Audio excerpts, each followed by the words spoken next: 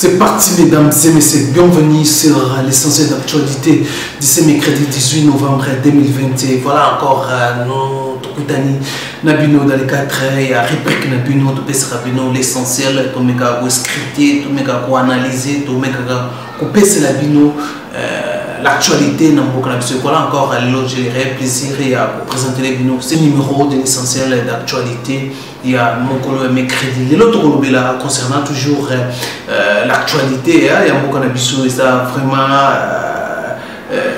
ma belé et l'équipe journal et mercredi d'abord premièrement Congolais qui prêché pour l'année là Makamwetali plainte où l'honorable Fabrice Puela a porté contre Janine Mabunda et son bureau où il y a vraiment bureau en info et démissionné pour avoir violé les règlements intérieurs et à l'Assemblée nationale. Au regard du règlement le Conseil d'État a confronté les deux partis. Il y a les parti à Fabrice Puela où il y a fondé bureau Assemblée nationale, les avocats et l'Assemblée nationale affrontement Salamaki. Donc pour dire que non, certaines pensaient peut-être que non, cette requête devait être rejetée parce que les a fondé qui qualité et à Moutafundaki à remplir les conditions, mais le Conseil d'État a requête pour requête fondée et recevable. Alors après confrontation, il a les deux parties.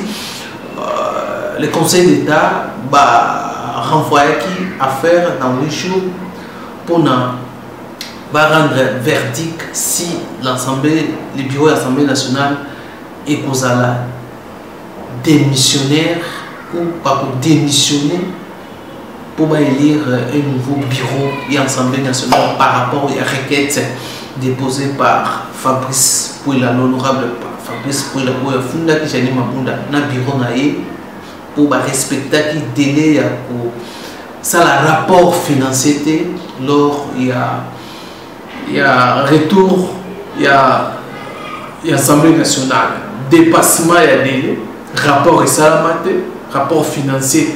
Il y a l'Assemblée nationale et Salamate par rapport au règlement d'ordre intérieur, ce qui vous salaire voté en dehors 30 jours, bureau de a démissionné. Voilà la raison pour laquelle honorable Fabrice Puela avait attaqué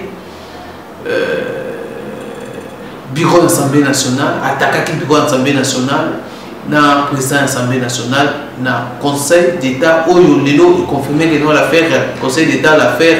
La saisine d'abord ils ont fondé et puis recevable dossier. Donc on dit que vous allez prononcer 8 jours après 8 jours après avoir les deux parties se confronter à journée à l'élo. Voilà mesdames et messieurs les premiers points où il y a bureau de l'Assemblée nationale, Mabunda et son bureau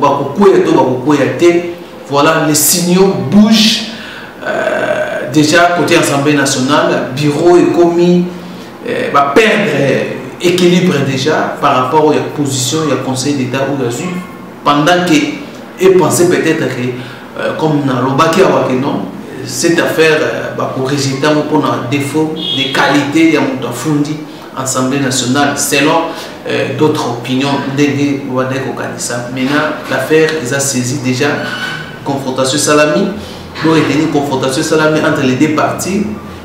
L'avocat du bureau de l'Assemblée nationale contre l'avocat Fabrice Puela, Conseil d'État a suivi donc affaire comme ils ont délibéré dans 8 jours, le Conseil d'État va prononcer les verdicts. Il y a requête, il y a honorable Fabrice Puela. Deuxième point de révélation, il y a Bukanga Lonzo, affaire Bukanga Lonzo et Yindi Koinda. Et Yindi Koinda, chers Congolais, nous allons de partout. Faire Bukanga Lonzo, Motopeli, IGF, après ces enquêtes, a publié un rapport catastrophique. Oh, il a dit vraiment que non. FCC, Azokoboya,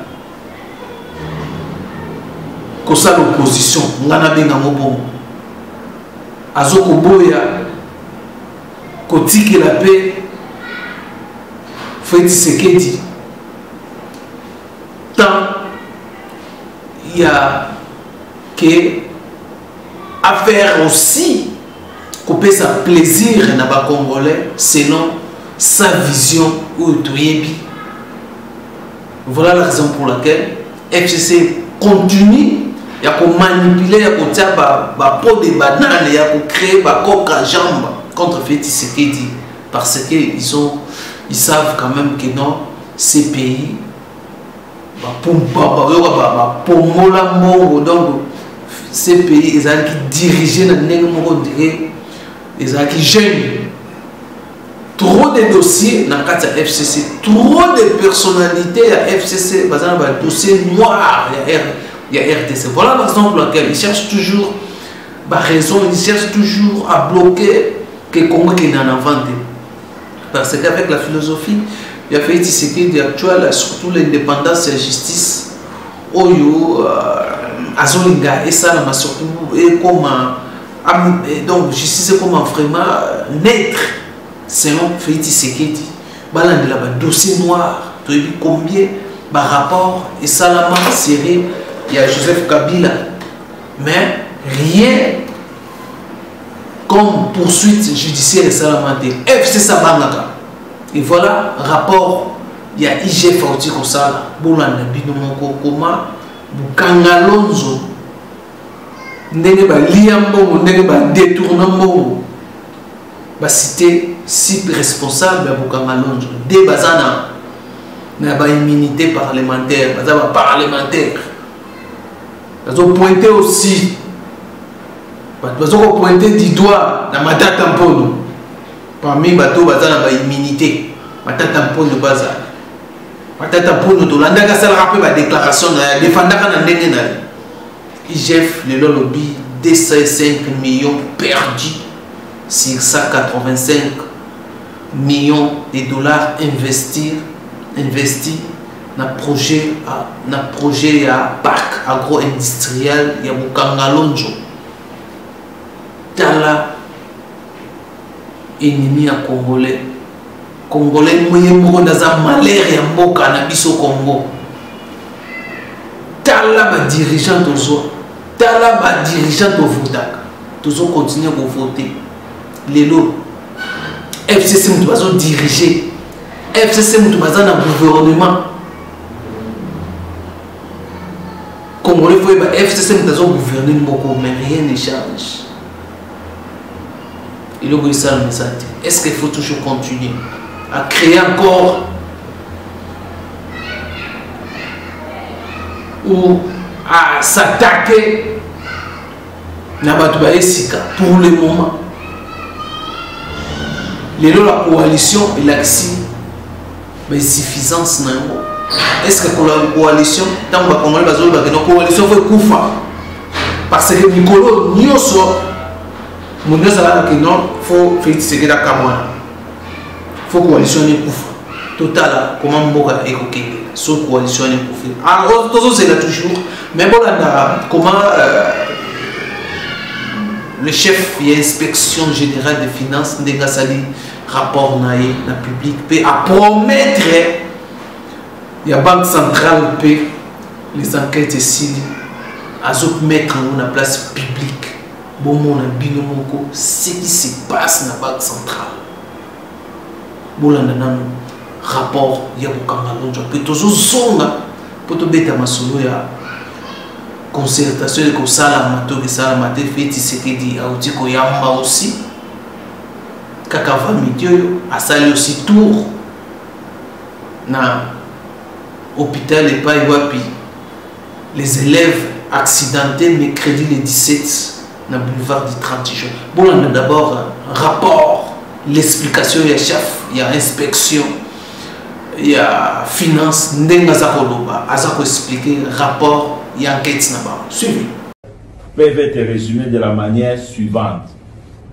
Montant décaissé par les trésors publics, 285 millions de dollars.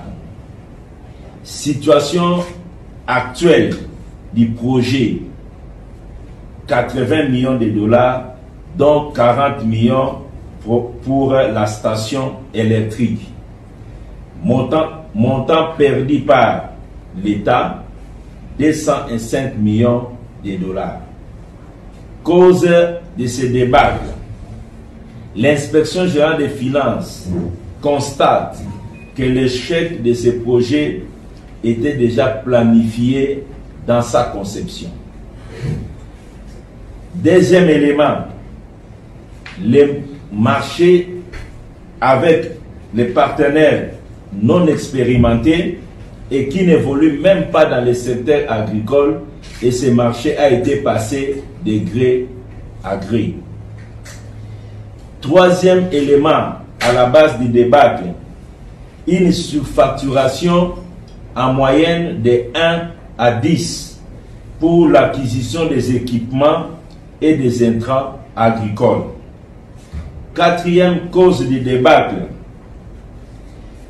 80% des paiements surfacturés ont été logés dans un compte se trouvant en Afrique du Sud, où les complices se retrouvaient régulièrement pour se partager les bulletins. Cinquième élément, surfacturation présumée des travaux de soutirage de l'électricité sur la ligne Inga à 40 millions de dollars avec un trop paiement de 2 millions de dollars. Voilà, mesdames et messieurs, merci encore. Comment les choses. Nenge IGF a présenté rapport Naé et c'était pour moi le réel plaisir de représenter l'essentiel d'actualité au Tozalaki Nayango. Et quant à moi, je vous dis merci de l'Union Sor. Restons toujours branchés sur Rock Info TV. Abonnez-vous massivement pour Bozo Basango à temps réel. Portez-vous bien. Bye bye.